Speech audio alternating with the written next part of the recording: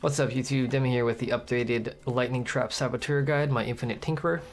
I'm going to run a quick Phoenix map while we talk about it, but whoa, graphics bugs.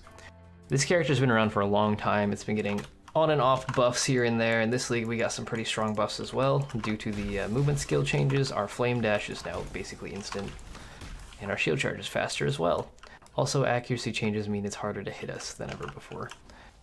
But effectively, this is a character that you can start out with as a league starter. You can min-max it to hell for endgame. You can farm Uber Elder with it. You can do general maps with it. It's just like a great all-around build.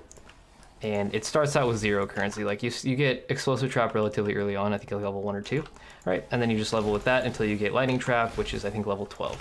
And at that point, you can just cruise with Lightning Trap forever. This is a Shadow that's ascended as a Saboteur. And it's just very, very easy to play. It's like a comfortable build. It's one of my more like noob-friendly starter guides as well. If you're looking for the forum guide, the pacement, all of that stuff's in the description of this video. That will be kept updated for leagues to come. So if you're just now finding this video, it'll be updated for the next league as well. Just check that forum guide. Yeah, let me go ahead and cruise through this.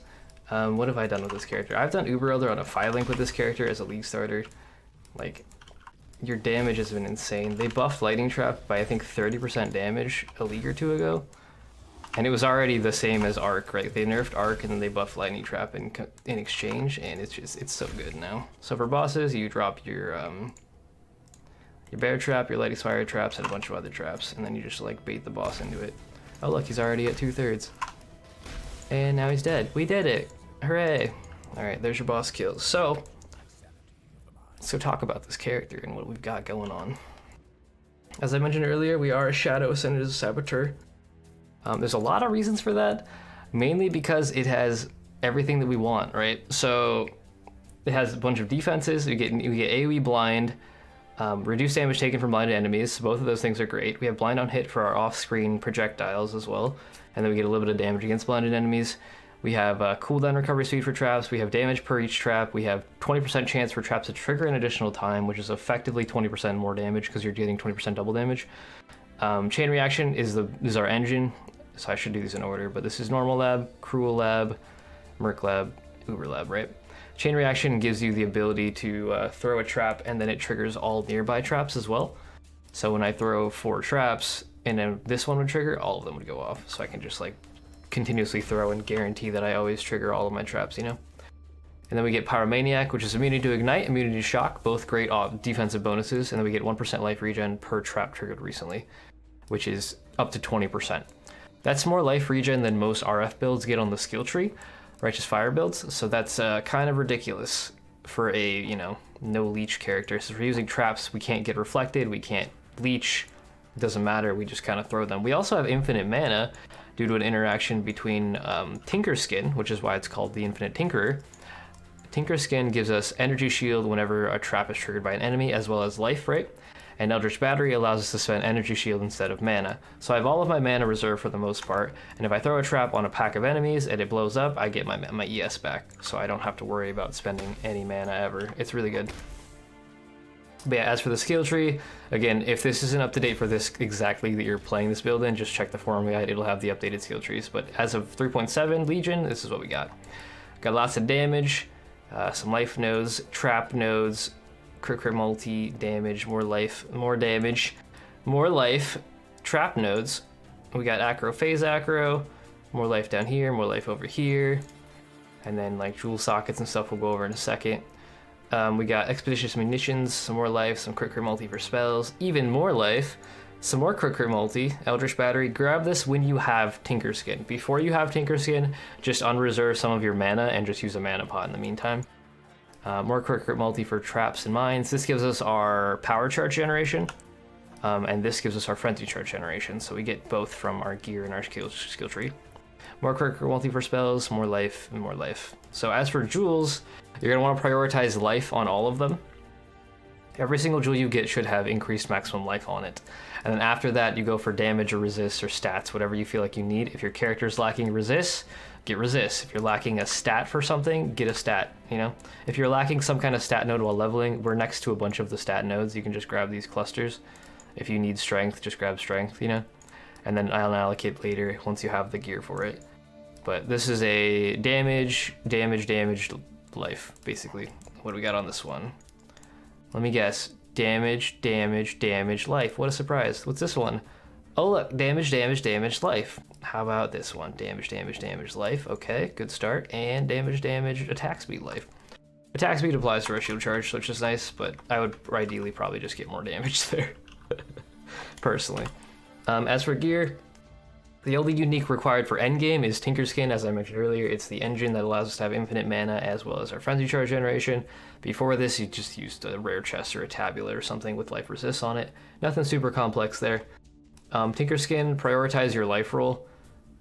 It goes up to 90 as of right now, and then after that you can get cooldown recovery speed, but this only really applies to our lightning spire trap because it has a cooldown that's much longer than lightning trap does. Lightning trap actually doesn't have a cooldown at all anymore, but that cooldown is just for your lightning spire trap and your bear traps. Let's see, what's next? The second most important piece for this character, if you want an endgame, is a pair of gloves that have additional trap on them. So skills which throw traps throw an additional trap. This is a Shaper suffix mod. I think it starts being able to be rolled at like level 75 item level. But you need that mod because it applies to all of your traps. It's a global mod, so it lets you have 4 traps thrown instead of 3 on lightning trap. You throw 2 bear traps, 2 lightning spire traps. It's effectively 25% more damage to our lightning traps, so we spam 4 at a time instead of 3, or 33% more, sorry. It's huge. Like, get that ASAP. This is more important than your Tinkerskin if you can't afford a 5 or 6 link Tinkerskin. Just get this trap mod and use a mana pot. But otherwise, on your gloves, you're going to want life resist, stats if you need them, attack speed. If you can get like crit multi for socketed stuff on Shaper gloves as well, that's good for your lightning spire trap. But it really doesn't matter too much. Other gear, helmet, guess what? Life resist. Belt, life resist, strength if you need it. Amulet, I have life damage because I didn't need any more resist, but you can get crit multi on your amulet, you can get crit strike chance, you can get Ellie pen. All of those are good for this character. Belt, you can also craft increased damage on, or you can get increased elemental damage through delve fossils, lightning damage through delve fossils as well. Those will all be great. The Abyssal Jewel in your belt, just get flat lightning dispels, life, pen if you haven't killed recently. Interesting interaction here. Because we're a trapper and we throw traps, the traps are what get the kills, not us. So if you haven't killed recently, is up 100% of the time unless you accidentally kill something with shield charge or flame dash, which is great. Same thing applies to our boot enchant, 10% pen if you haven't killed recently. That's up all the time unless you accidentally kill something. Boots, you're gonna want life, movement speed, resist. Prioritize life, movement speed, and then get resist stats if you need them. Shield, I have damage, life, resist. Spell crit and spell damage or lightning damage work here. You're most likely going to need mostly damage, not really so much crit. We have a lot of crit on the tree in our gear already, so this is just mostly get life resist and then damage. If you can get some block chance, great. If you can get it like a... I think you can get spell damage on evasion ES bases, that would be great as well. Weapon, you can get a crap load of damage on your weapon. There's a lot of options here. You can do stuff like Doriani's Catalyst. As of 3.7, you can shield charge with wands. You can use things like Shimmeron now, if you can mitigate the degen. The only issue with using a wand is you cannot proc Fortify on shield charge if you don't have a melee weapon in your main hand, which is kind of problematic. So in order of priority, I would probably think spell damage, crit multi, crit for spells, extra flat lightning dispels, and then attack speed. If you can get non-chaos as chaos, or spell damage as non-chaos, all that sort of stuff, like those mods are really good for this type of character as well. This mod, spell damage, non-chaos as extra chaos, is great. You can also get, I believe, lightning damage as non-chaos as well. This is really good, or as extra chaos, that's really good too.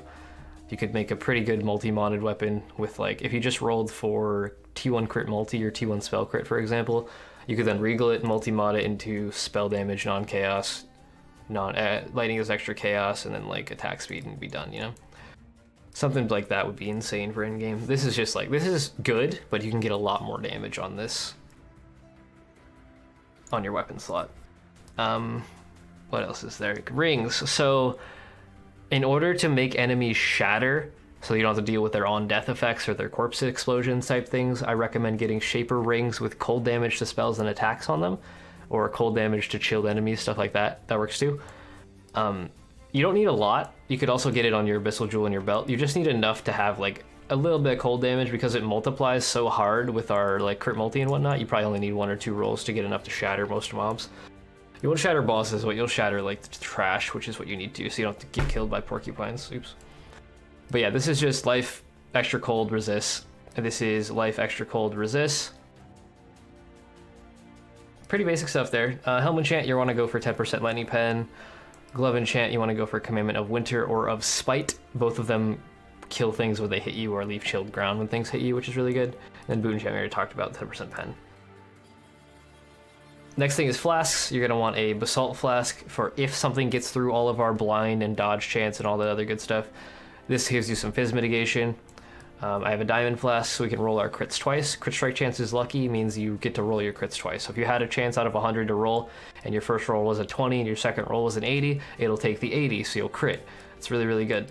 I have a quicksilver flask with movement speed, and I have a wise oak, and then I have a life flask with bleed immunity.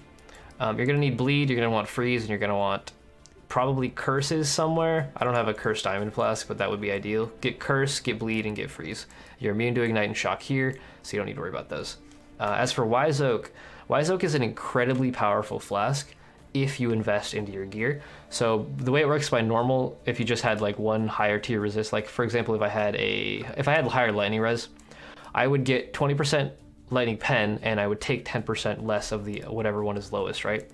But if you balance all 3 of them, Bulbasaur, Squirtle, and Charmander, Professor Oak, you know, that sort of stuff, if you balance all 3, you get 10% less damage taken of all 3 elements, and you get 20% pen of all 3 elements, which isn't as super relevant for us because I deal like basically all lightning damage. I have a teeny little bit of cold damage, but the 10% less damage taken of all 3 elements is really, really powerful. So if you can manage to finagle your resistances to be perfectly balanced, I highly recommend doing so. That's why this looks so stupid, because I needed those exact resist pairings to get my resistances to be, you know, equal. But yeah, I think that's everything that I need to talk about for this character. It's just like a great all-around build. Just, I guess Gemlings next would probably be useful. But bandits, you need to kill Alira. I always forget to mention that in the skill tree part. Kill Alira for the crit multi. Bandits take cannot be stunned, and I have this for running like lab trials and stuff. Otherwise, I'd probably recommend Gruthkul. Yeah, grab Gruthkul otherwise. Cannot be stunned, and either Rislotha or Gruthkul. As for the Gemlinks, these are subject to change depending on what the league says, but main 6 link, we have Lightning Trap linked with Trap and Mind damage, Cluster Traps, Controlled Destruction, Pierce, and Lightning Pen. Pierce allows you to like kill the entire pack instead of your projectiles stopping on each mob, or the first mob they hit. Pretty important. Other links, we have an Enfeeble on Blasphemy setup for that AoE, less damage, less crit, less accuracy. It's just great defensive mechanic. Then I also have a Wrath for the 20% more spell lightning damage, 22% more, sorry. It's pretty good.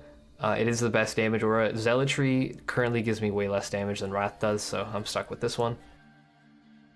And then I have another aura, the Dread Banner. This is an interesting choice for me. It gives enemies less accuracy rating, so it makes us even harder to hit. We get none of the Impale stuff matters, none of the other stuff matters. It's literally just for the less accuracy rating to nearby enemies. Because we have the mana left anyway, might as well reserve it for something, you know? As for the 4-link Lightning Spire Trap, you use this to supplement single target when you need it.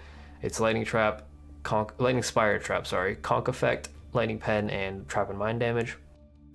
I'm also using a Bear Trap.